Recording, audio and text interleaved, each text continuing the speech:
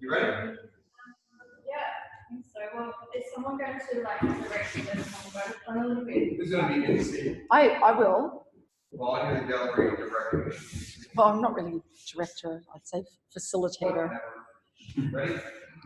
3, 2, your left. 3, 2.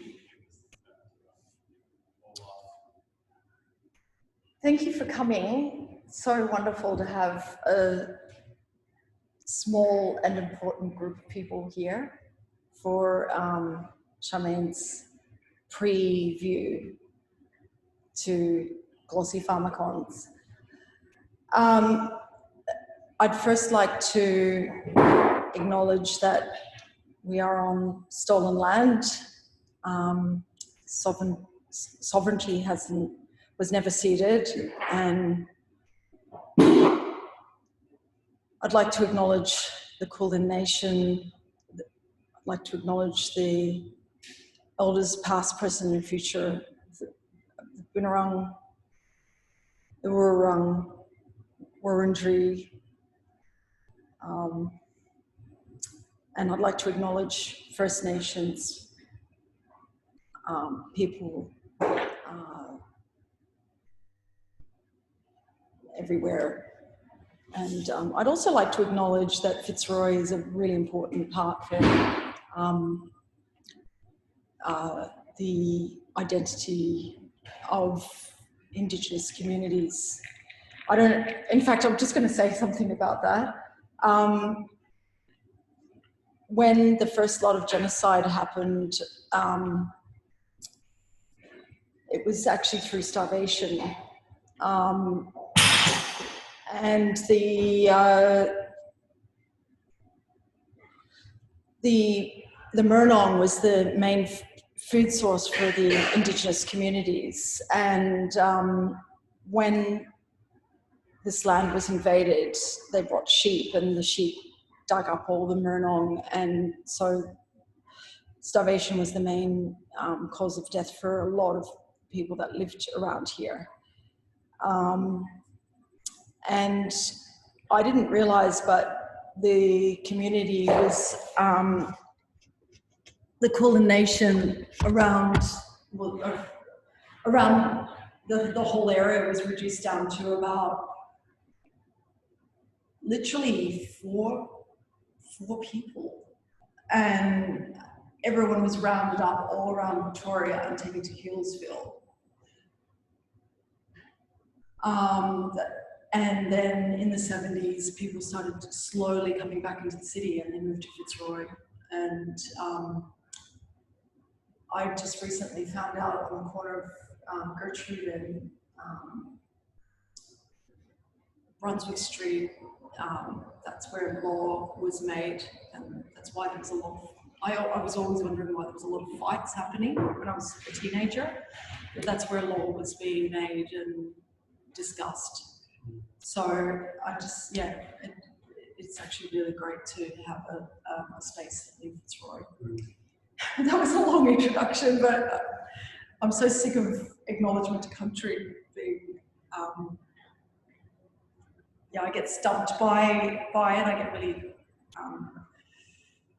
self-conscious, but I also just wanted to talk about from where we are now. So, Charmaine, and I also would like to say that Charmaine and I connected through Roland. I think we were just coming from an art opening in Brunswick or something. Yeah, on the way to an art opening in Brunswick, yeah. And we've just been in touch over the last few years about inclusivity and diversity and how we have both struggled with that experience within the education system. I don't have to include this in the recording if you don't want me to, but just for the context. And so we've developed a rapport over the last few years. And so when Charmaine said she wanted to have a show here, it was just perfect, because I certainly didn't feel supported in the School of Arts. I felt very supported at Parkville in terms of my, non-binary identity, and neurodiversity didn't feel supported at all. Except, in the fine arts I didn't, but School of Music I did, Centre of Ideas, and yeah, I don't have to include that in, but I'm also not ashamed to say it publicly either. So I would love to know about the last 4 years of your work. This is the last 4 years, right? Approximately 3 years, perhaps. Yeah, actually, it's edged on to 4 years. Yeah. So, the newest works are the concrete images on the wall, which were made just this month, and the vehicles, the sculptures which I can consider the vehicles are vegetable sculptures, which are creating destruction in the background, which is great. What should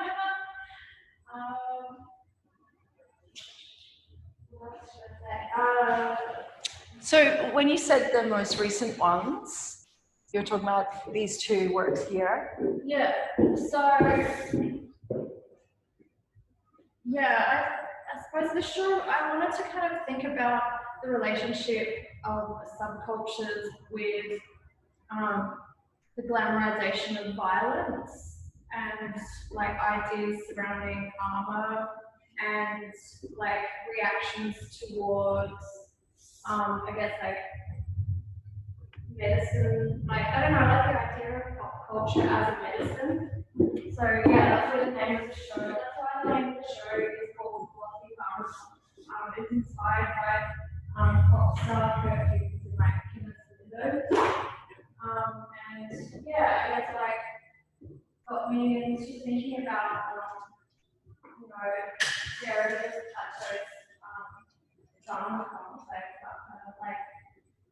and how they like this like story which has to do with like writing. This is like discussion between like writing as a medicine, but it's like actually something which takes you out of your body. So I was just thinking about those types of like conflicts between things that are supposed to make us healthy, but which make us like which actually create violence.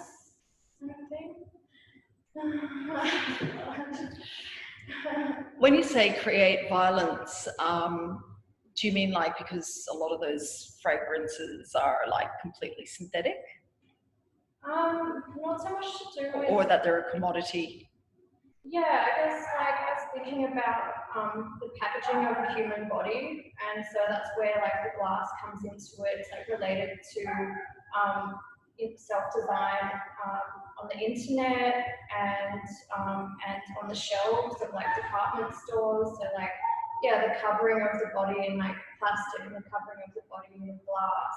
And so that's why I have this like avatar here, which is kind of like shining through some denim, like some pants, like some denim pants onto the wall, which is like a synthetic, which is like a pixelated fantasy, like in black latex, like she's glossy. So like that's where the kind of link is between plastic and glass and a layering over the body comes in. And I guess like I was thinking about armor as well, like as if it's almost like we're living in a time where we're in this violent war, like an emotion, like a mental war, like a cultural war, which has so much like so many ideas conflated within it. And it just seems to go round and round, like this convey about like there's like I don't know, I guess I was like thinking about trends as well, like kind of churning in and out like different shields to wear and like the changing of shields and the use of clay is kind of to do with sculpture as well. So I was like thinking about painting with clay, but also like sculpting ideas and like sculpting identity. So yeah, and like some of these are like handbags, some of them I think of as like suitcases, because it's like I like initially, because I think like this is called an airport conveyor, because it's like your, how you have to like kind of like take something to go to the next destination. So in a way it's like a Pharmakon, like you kind of like you want to leave somewhere, so you like need something to like get there, and like you have to sort of pack something to get there. So yeah, just the idea of like that thing that you need as being dangerous.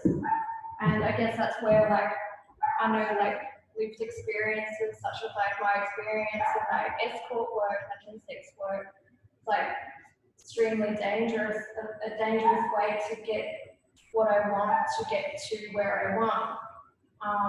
So yeah, like picking up a handbag that has like slices of glass in it or something, like a package to like get somewhere, like a journey. But like, yeah, it's like rolling around like a snake as well. It's like all these desires are changing. So I guess this show has a lot to do with conflict, like conflict of like desires, like and ideals. And stepping in and out of like structures. So like I consider sex work as like in like both in and outside of the structure. It's like this total in between space where it's like not truly accepted, but it's been created by these structures which create acceptance. So and inclusivity. So there's like this, yeah, whole other area. So that's why I have this repetition of crosses throughout the exhibition. These two structures here with like the X on it, I feel like they mirror buildings in the background, like they mirror the city in the back, they mimic the city in the, which can be seen in the windows. And I guess like when I like engage in this like in-between world, I consider myself skipping, like a skipping girl. So yeah, that's like, normally this has a motor, which is like hidden within the structures, which like turns the bar. Oh, right. So it's like skipping through the bar. So yeah, it's like a loophole or something. And yeah, like I guess there's sort of, but yeah, it's a very rigid structure, but like I can kind of step into it and step out of it as I like. And I suppose the stepping in and stepping out is similar to, connected to my ideas about the dancer and like my more recent kind of thoughts surrounding like ballet and like relating institutionalized like dance to like metaphorical dance. So yeah, like and like stripping as well, and like all these other types of like dances that like people do, and like hustles that people do, and so yeah, that's why I have this like image of a girl who is like very conscious of putting on her one dancing shoe, and yeah, so she's like tying the ribbons around, and she's very like, it's like her agency to do that, like it's like she's getting ready for the theatre or like the stage, and she's like, so, and I left like one shoe off very consciously because it was like she can, just to kind of get across that she can do that whenever she likes. And yeah, I guess like the use of the cement is just kind of like refer to these moments as a type of like, as moments in like a subculture.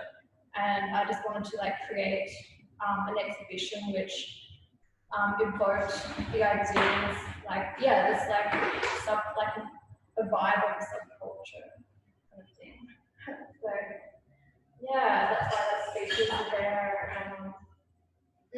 In the other room, there's like this slide which has like a play element to it, and yeah, the red light is very like an obvious link to sex work, and yeah, I guess like it's just sort of like this ladder that you climb and then you like slide down.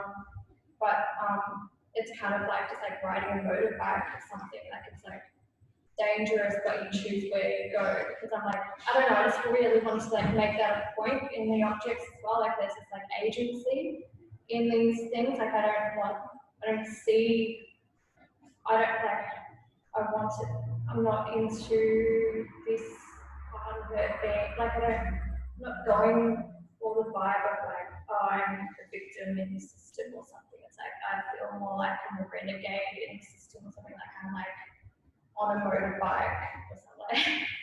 Yeah, so yeah, like kind of owning that challenge or something.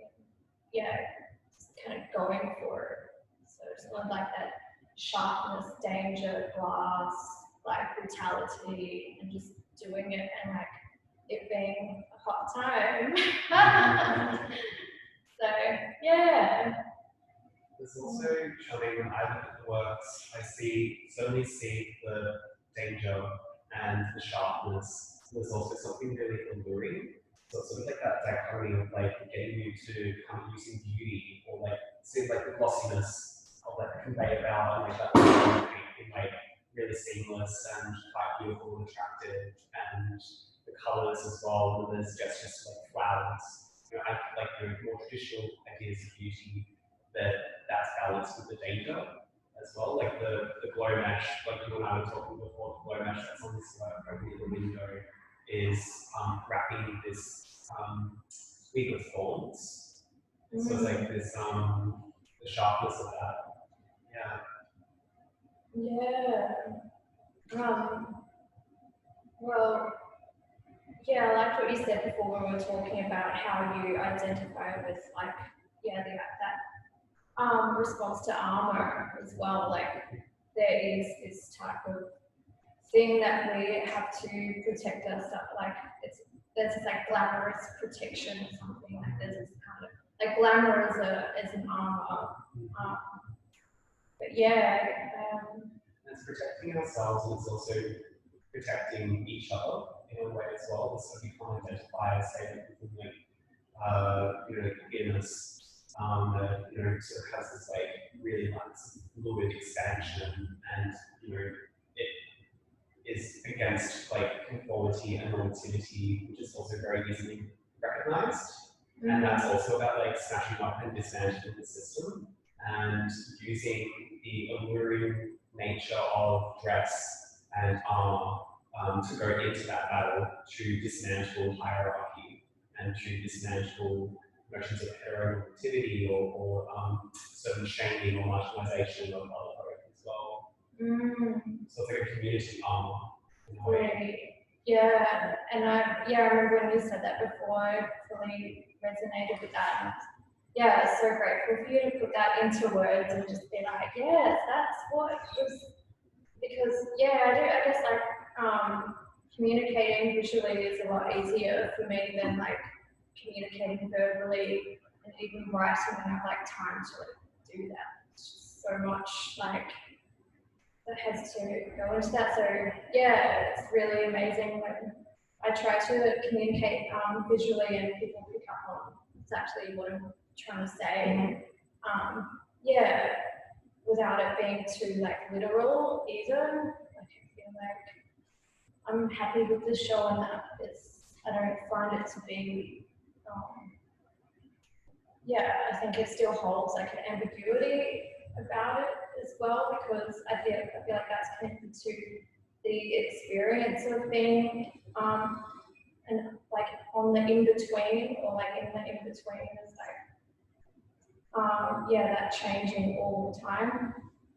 So yeah, and like uncertainty and like yeah, lack of like not yeah, you know, formal stability, I suppose. And like it's just kind of funny that this work is like mimicking that without.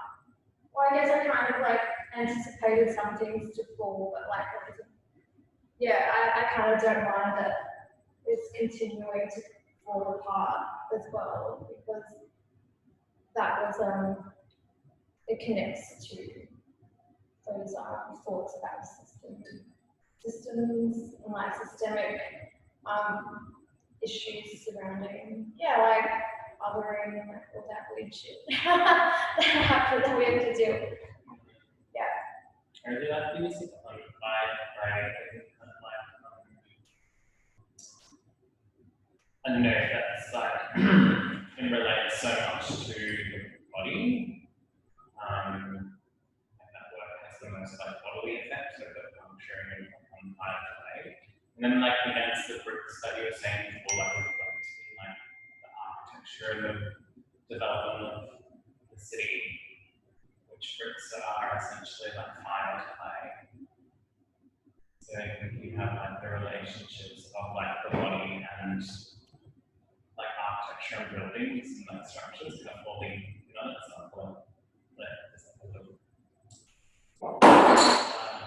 linking and like materials. Yeah, that's such an interesting reading, the bricks work and then Schiller's decision. It also feels like there's a desperation to hold on to something. Like, I'm thinking of a post-apocalyptic kind of, where everything's annihilated and there's a few people left and they find the remains of some, really slick building or some piece of fabric that belonged to something really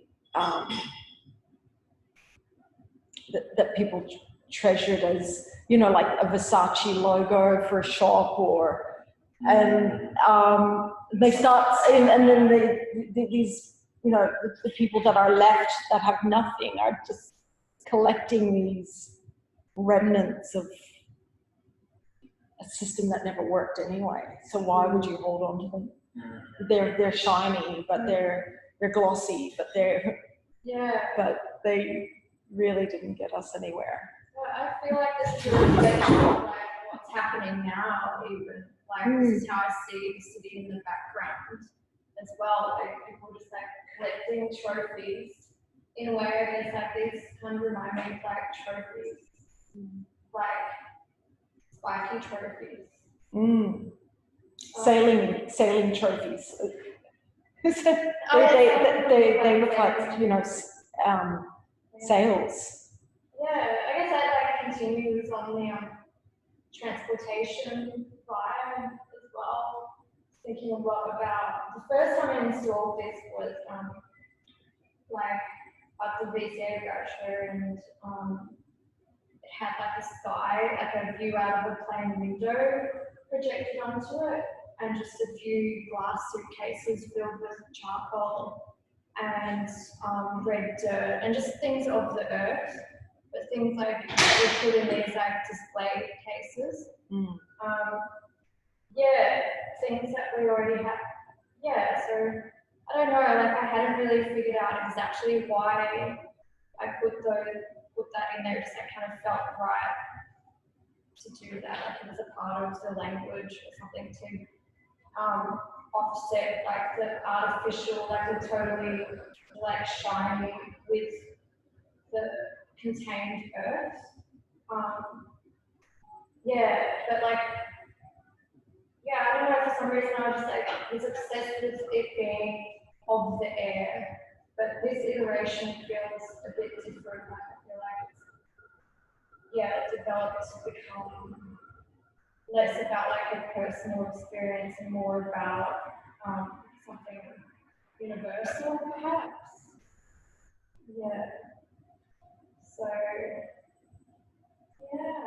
I mean, for me, I always love looking at glass because I'm reminded of how lightning creates glass when it strikes sand. I guess there is like this desire to like keep things on track as well, and I can't help but like but what were you saying? The first glass that was created, there's a couple of different ways. When meteorites hit Earth, they hit at such a high impact they can create glass And then also when lightning hits sand, it creates glass, the heat and the sand. Yeah, melt and. Like a beach. I'd love to go into the other room. Can we walk into to see the slide? Yeah, sure.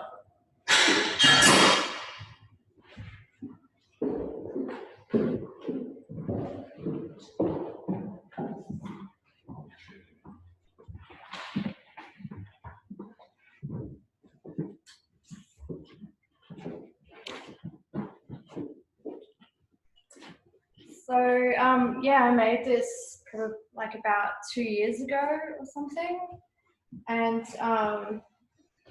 yeah, this is when I was fully in the midst of doing like a lot of work and sort of like I guess like using sex as like a bartering thing, like as like a way to like a bartering.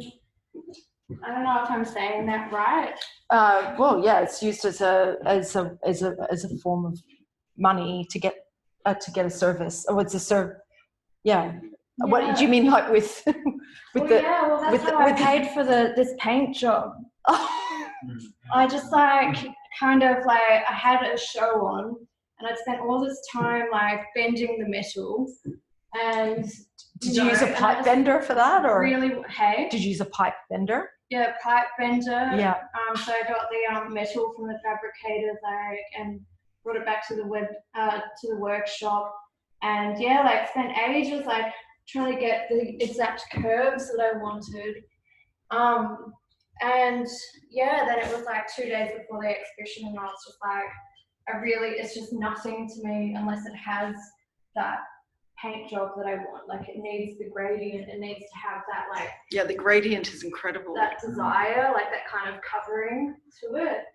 And yeah, so I just like messaged a auto paint person, and I was just like, hey, like how much would it cost to get this thing painted? It's about 2 meters by 3 meters. It's just pipe. Like maybe you could show me how to do it. And they were just like, oh, sorry, we're like closing. I don't think we have time for that. Like we're closing. And they like gave me some ridiculous like quote as well. And then I just had my pictures in my phone, like from my job. So I just sent them some images, like some nudes. And then I was just like, this is what I do. And then they messaged back straight away, and we came to a negotiation. So yeah, I met up at the workshop. I had a truck to pick up the work from like the workshop at South Bank. And did you give them a full sort of brief? This place in Kilsyth. Did you give them a full brief at the workshop before you? Sorry? Did you give them a full brief of what you wanted to, what sort of paint job you wanted? I was wearing some briefs. In the pits, like anyway. And so I turned up, and I was really lucky. It was actually quite hot, like here, like some good taps and stuff. Sorry, and yeah, he was really polite and really respectful. And yeah, he like taught me how to airbrush, and he had all these stories about airbrushing coffins, and that kind of like related to my idea of the death playground, and like yeah, the poetic death in the way of, you know, thinking about it in poetic terms, like a small death, like that's like a small death means like an orgasm. Yeah. And like a death playground, like is the way I was thinking about structures. So yeah, like he was super respectful, and just like yeah, we did the exchange, and it was fine. And I had it in the exhibition like the next day. So I was really precise about where the colouring went. Like I wanted the black to sort of be like long boots. I wanted the purple to kind of be like sort of like genitalia. I wanted this to be like the underwear that like slips off. I wanted this to be like this to go from silver to gold and go down. So you're just like going into sliding into the gold, which is like obviously like the money, but the first iteration like had like, you know, substance that looked like oil. So yeah, just kind of thinking about like these contradictions of like desire and violence and like, but also understanding and like playfulness and yeah, and like that being a part of this like structure. So like the original installation had the legs pierced into a black Mercedes-Benz bonnet, which was like from a like a repairs garage, and the name of that repairs garage was Hollywood Finish. So I named this piece Hollywood Finish. So good. And yeah, I guess like, so yeah. I mean, I don't want to I feel like I'm like fully over explaining it, like giving it a narrative does something like completely different to, you know, just experiencing it. But yeah. So yeah, so that's why, yeah, the red light, but like agency as well, like the mat, like choosing to go into. Is the ribbon like kind of a reference to the like ballet flats? Yeah, definitely. So this is for this show. I added the ballet thing, but before that it was just like spikes, like jagged metal spikes, so that it was just kind of, yeah, dangerous to climb up the ladder. So yeah, this is definitely, yeah, linked to the painting in the other room with the crisscrosses and like the repetition of, you know, like that idea of like rated X sort of thing. And yeah, just like I was just thinking about the symbols surrounding yeah, that type of activity, like why is it X, you know, like, and there's so many reasons for that, and it goes into, I just feel like like it's related to religion and everything. In the other room there's like a Celtic cross, but there's like a woman hidden behind it, but also it's kind of like fence picket tips as well. So yeah, property. Especially as this one says triple X. Yeah. Thanks. I just wanted to, after doing this very, like, it's just such an exciting show. Totally. And I've seen, you know, you've had great installers, which I've seen working long hours. And what are you planning on working on next? Next up is probably working with different materials, yeah, actual flowers and liquid, rather than metal, just finding other ways to communicate like violence and things like that through nature. And yeah, I'm not sure. I'm sorry. No, it's just really exciting because you're at the end of your, I mean, you're just at the end of the last subject at uni. Yeah. And, you know, and then you're out. Mm. And it's just so wonderful to have you. Only out from here. Yeah. It's just like flip the side upside down or something. It's just so wonderful to see, to know that you're, you know, you're an artist in Melbourne, which generally feels very sort of, you know, it feels like a very colonialist, sexist, racist place to be working and making art. So it's really lovely to have seen your work and to hear about your work, and that you've got such tenacity and just giving it everything you've got. That's what I'm doing in my practice, and that's all we can do. We have to do it. Yeah. Yeah. Yeah, playing with materiality is really beautiful. It's really like a really good like visual articulation just through like, you know, different materials and textures and their relationships to each other. Oh, thanks. It's really beautiful. Thank you. Well, I think that's a good place to close. Thank you. And cut. Congratulations.